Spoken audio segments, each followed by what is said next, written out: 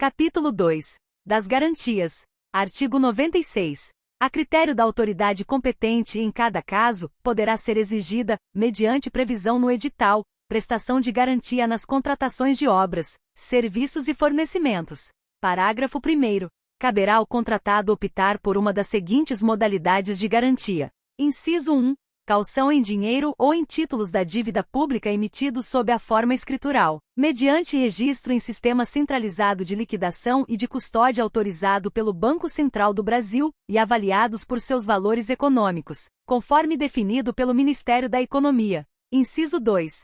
Seguro-garantia. Inciso 3. Fiança bancária emitida por banco ou instituição financeira devidamente autorizada a operar no país pelo Banco Central do Brasil. Inciso 4. Título de capitalização custeado por pagamento único, com resgate pelo valor total, incluído pela Lei nº 14.770, de 2023. Parágrafo 2º. Na hipótese de suspensão do contrato por ordem ou inadimplemento da administração, o contratado ficará desobrigado de renovar a garantia ou de endossar a apólice de seguro até a ordem de reinício da execução ou o adimplemento pela administração. Parágrafo 3º. O edital fixará prazo mínimo de 1 mês, contado da data de homologação da licitação e anterior à assinatura do contrato, para a prestação da garantia pelo contratado quando optar pela modalidade prevista no inciso 2 do parágrafo 1º deste artigo. Artigo 97. O seguro-garantia tem por objetivo garantir o fiel cumprimento das obrigações assumidas pelo contratado perante a administração, inclusive as multas, os prejuízos e as indenizações decorrentes de inadimplemento, observadas as seguintes regras nas contratações regidas por esta lei. Inciso 1.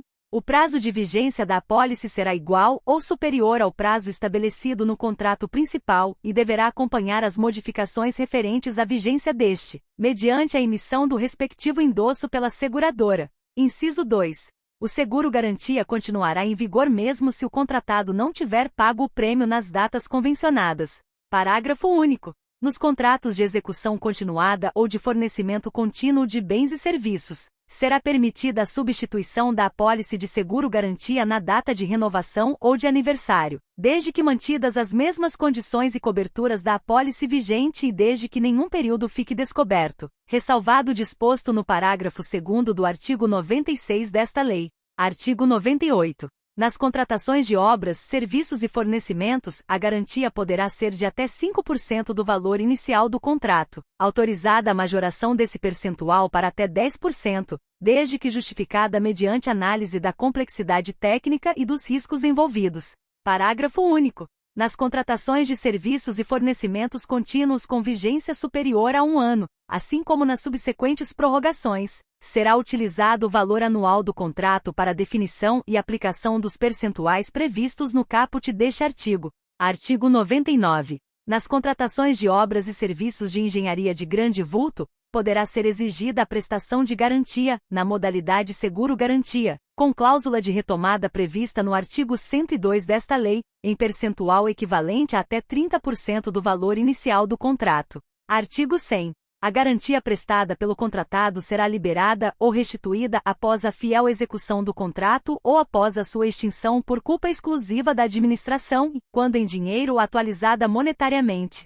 Artigo 101. Nos casos de contratos que impliquem a entrega de bens pela administração, dos quais o contratado ficará depositário, o valor desses bens deverá ser acrescido ao valor da garantia. Artigo 102. Na contratação de obras e serviços de engenharia, o edital poderá exigir a prestação da garantia na modalidade seguro-garantia e prever a obrigação de a seguradora, em caso de inadimplemento pelo contratado, assumir a execução e concluir o objeto do contrato, hipótese em que: inciso 1.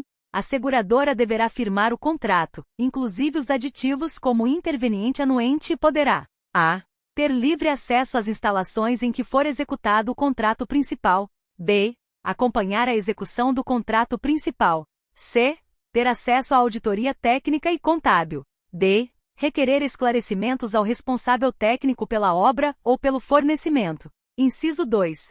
A emissão de empenho em nome da seguradora, ou a quem ela indicar para a conclusão do contrato, será autorizada desde que demonstrada sua regularidade fiscal. Inciso 3. A seguradora poderá subcontratar a conclusão do contrato, total ou parcialmente. Parágrafo único. Na hipótese de inadimplemento do contratado, serão observadas as seguintes disposições. Inciso 1. Caso a seguradora execute e conclua o objeto do contrato, estará isenta da obrigação de pagar a importância segurada indicada na apólice. Inciso 2. Caso a seguradora não assuma a execução do contrato, pagará a integralidade da importância segurada indicada na apólice. Capítulo 3. Da alocação de riscos. Artigo 103. O contrato poderá identificar os riscos contratuais previstos e presumíveis e prever matriz de alocação de riscos, alocando-os entre contratante e contratado, mediante indicação daqueles a serem assumidos pelo setor público ou pelo setor privado ou daqueles a serem compartilhados. Parágrafo 1º. A alocação de riscos de que trata o caput deste artigo considerará, em compatibilidade com as obrigações e os encargos atribuídos às partes no contrato, a natureza do risco, o beneficiário das prestações a que se vincula e a capacidade de cada setor para melhor gerenciá-lo. Parágrafo 2º. Os riscos que tenham cobertura oferecida por seguradoras serão preferencialmente transferidos ao contratado. Parágrafo 3º. A alocação dos riscos contratuais será quantificada para fins de projeção dos reflexos de seus custos no valor estimado da contratação. Parágrafo 4º.